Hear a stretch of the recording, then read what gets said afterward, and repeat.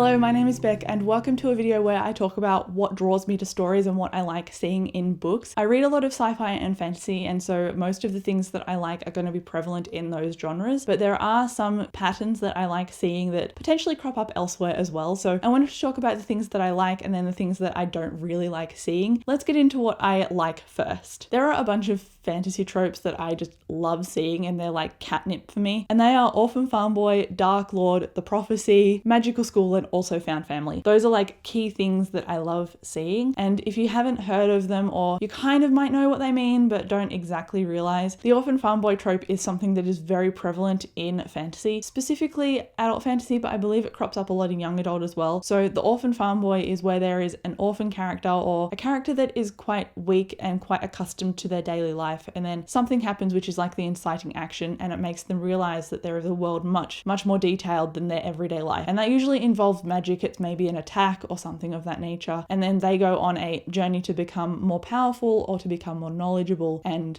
that's where the magic seeps in. That's where their destiny usually comes to light, and often it's more of a chosen one story, which I like as well. Only if the chosen one story is done uniquely, and only if the chosen one story isn't too cheesy and I have to not suspend my disbelief too much. And I actually found that The Wheel of Time did this quite well, and I've only just read this book and I really enjoyed it because of the way that it did the chosen one trope. Yes, because this fantasy series is a little bit classic, it's a little bit older, it has those tropes that we're used to seeing. So while a newer fantasy book might subvert these tropes more, this was just very stock standard for what you're probably used to, and I found it actually quite familiar when I was reading it, and it was comforting to read because of that reason. And it did the chosen one trope a little bit differently. So we follow our main character Rand, but he also has a couple of friends that are born around the same time that he is, and so when the inciting action happens, it happens with an attack to Rand and his father, but it also involves the other boys in the town, and so not just one chosen one ends up going on a journey or a quest, 3 of them do, and so it makes it a little bit unique for that reason, because there are a couple of moving parts rather than just Rand himself. Another chosen one story that is quite obviously classic is Harry Potter, and I think that's where my love of the trope comes from, because of the way that it was done in like an underdog fashion with Harry Potter, because he's not obviously from a well-to-do family, he's been an abused kid, he hasn't really had that solidarity around him, and then he finds that at the school, he finds that in his destiny, and he finds that through prophecy. So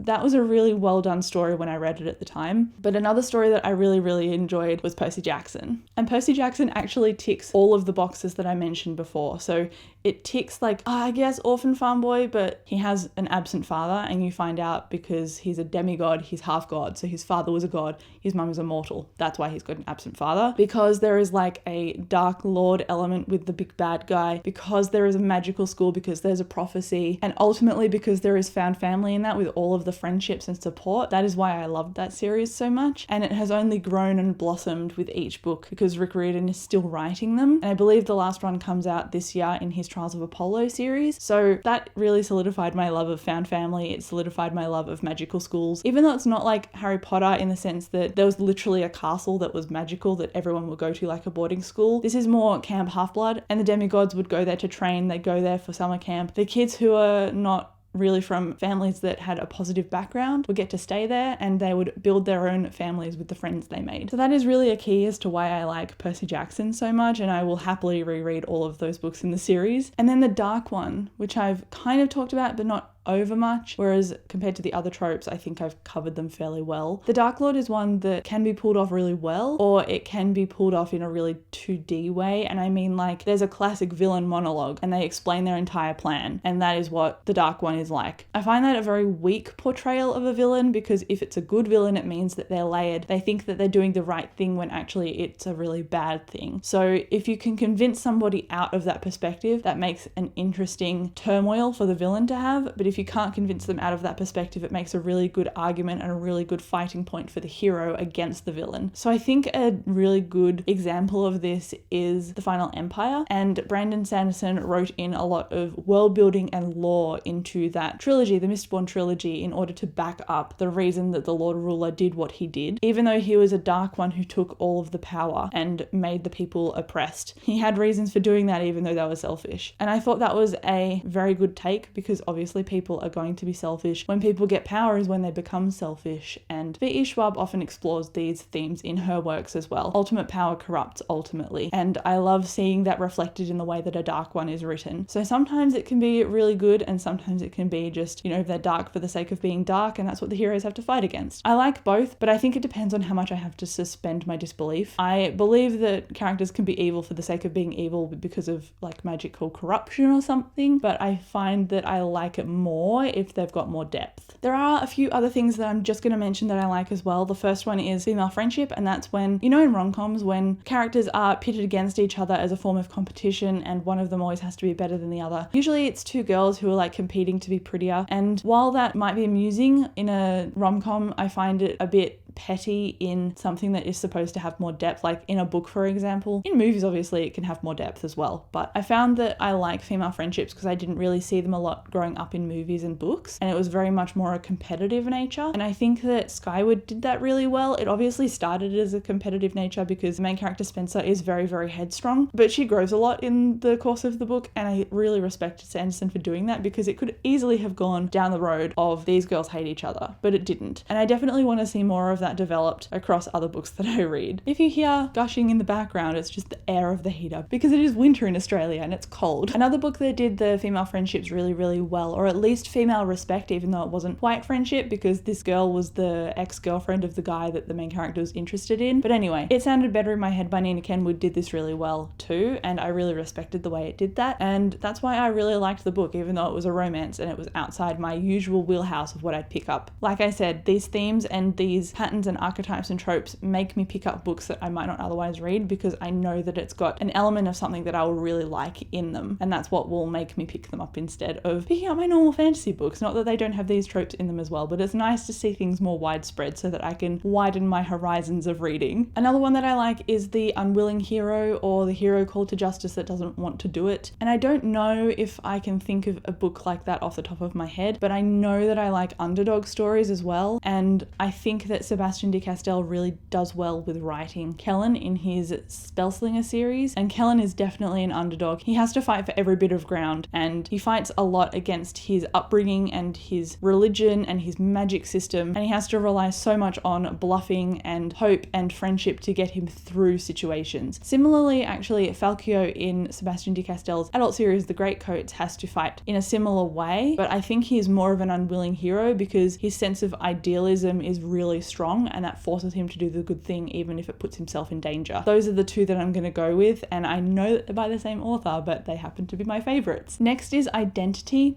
And I love books with identity or inner turmoil and a lot of character development. So those books are very much what Becky Chambers writes, and they are very philosophical and very human condition oriented, as well as being character driven as well. And that's why I love them so much, because they just touch something within your heart and soul and you're like, I understand that. And that's what her books tend to do. All of them have done that to me so far, and that's why I love reading them. But a young adult book that is outside my wheelhouse is called Clean by Juno Dawson, and the main character in that is addicted to drugs, and she has to go through this process of loving herself again because she goes through rehab and has to rediscover who she is. And I love deep character moments like that, and if they can happen during a fantasy book, probably going to become a new favorite of mine. Last one is Revenge Quest. I love me a good revenge quest, but it has to be done in a way that the character is just not 2D in their sense of wanting justice and revenge. They have to be multifaceted and taking a few things into account. Nevernight is an example by J. Kristoff, and Mia is very, very much driven by revenge in that book, and I think that's like the only exception, and it's a very, very stylized book, so it's very much what some people would love, and I ended up loving it, but I can also see why people will not like it at all. It's very, very polarizing, I think. But another one that I wanted to mention was Best Served Cold by Joe Abercrombie, and there's a betrayal that happens in that was wonderful and built up characters so well, and his books are so gritty, and he doesn't shy away from violence and sex and deep, raw,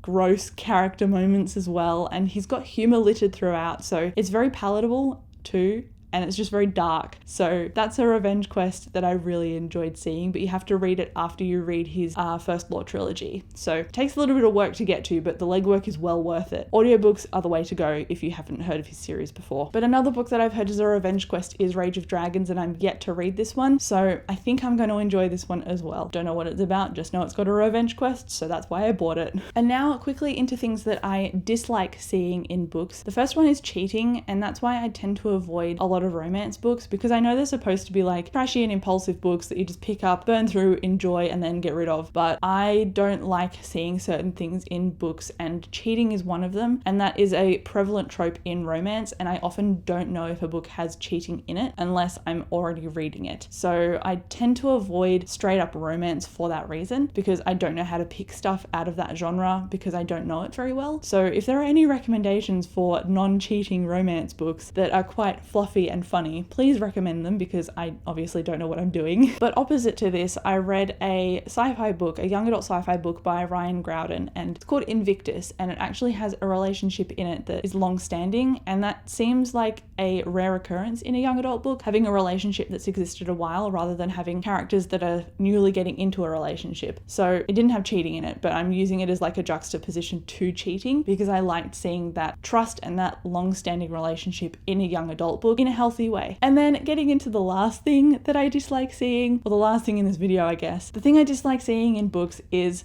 withholding information and miscommunication. This happened in The Winter's Curse by Marie Rutkowski, and I read this a long time ago, and I remember it because the main character Kestrel is very focused on her mind, and she's not very good at combat, but she's very, very intelligent, and so a lot of the maneuvering is very political in that book, and I enjoyed it for that reason. Kestrel was a very smart character, but the only thing that frustrated me was the love interest, because the way that they worked, they often got separated and then they had to assume what their next steps would be, and they just seemed to do that by expecting to read each other's minds, and then they didn't tell each other information when they could. So that book relied a lot on holding things back, and if you've got to hold things back when naturally you would probably tell somebody that you care about of a dire situation, then it's not really that believable to me. I get it when people get cut off when they're about to say something important, but if you have a lot of time to say something important and it's integral to your book's plot and the character still doesn't say it, that's when I'm like, okay, I'm probably going to put this book down. But there you go. Those are some things that I like seeing and dislike seeing in books. So